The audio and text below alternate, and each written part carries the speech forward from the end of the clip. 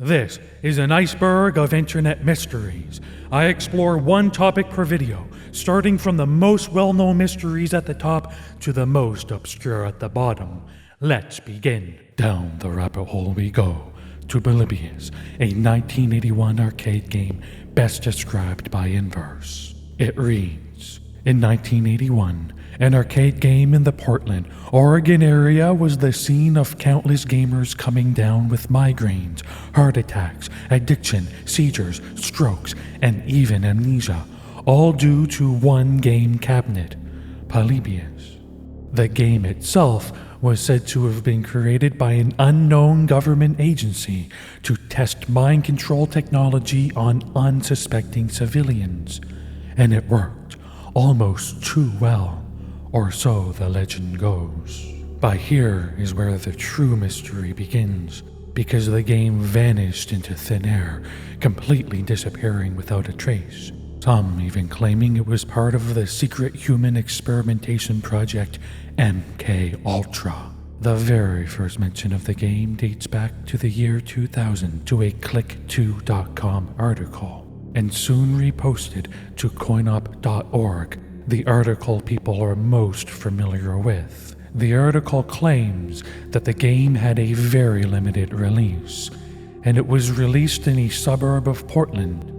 The history of the game, the article says, is cloudy, and there were all kinds of strange stories about how kids played it got amnesia afterwards. The bizarre rumors about this game are that it was supposedly developed by some kind of weird military tech group working for the government, using some kind of behavior modification algorithm developed by the CIA.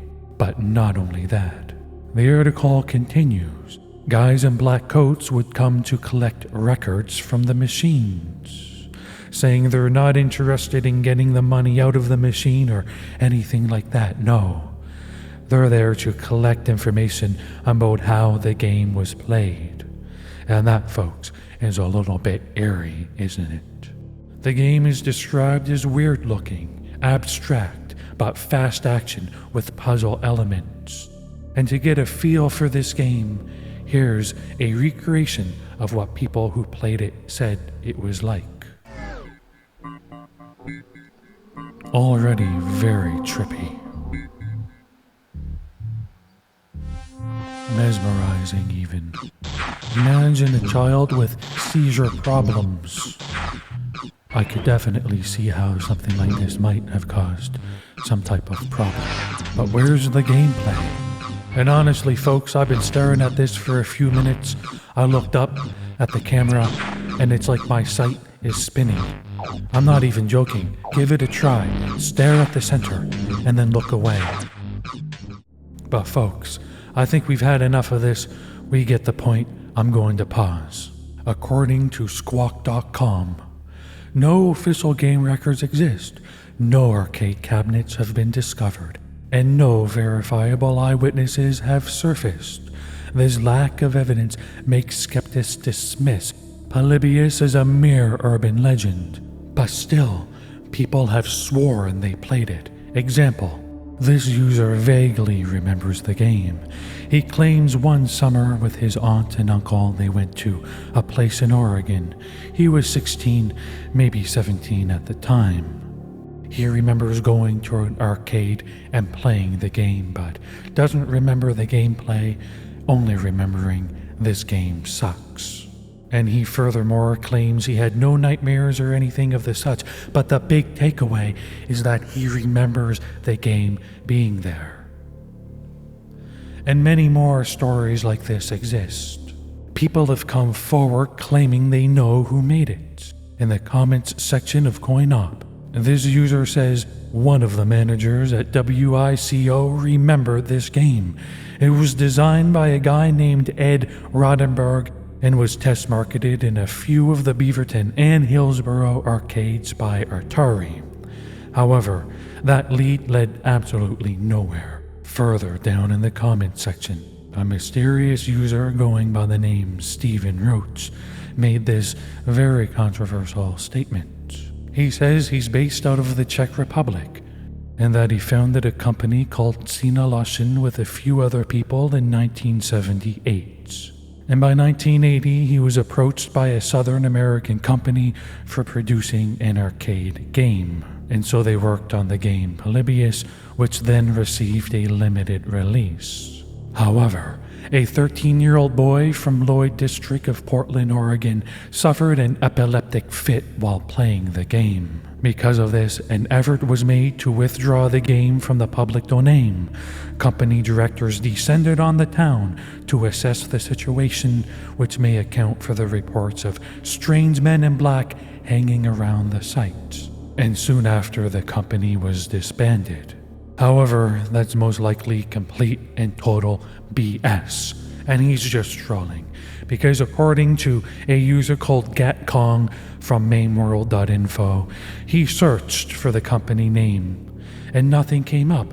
He looked through all the records, official mind you, from the Czech Republic. But still, people swore they played it and started investigating deeper than ever before.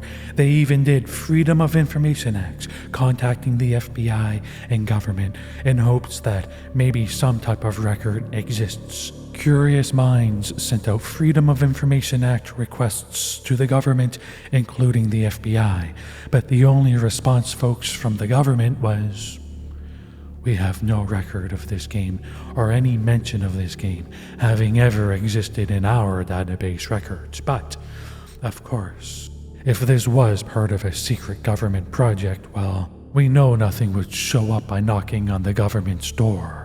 So is this game just one elaborate hoax, or was it really part of some secret government organization? Well, some people have made up their mind on what it must be.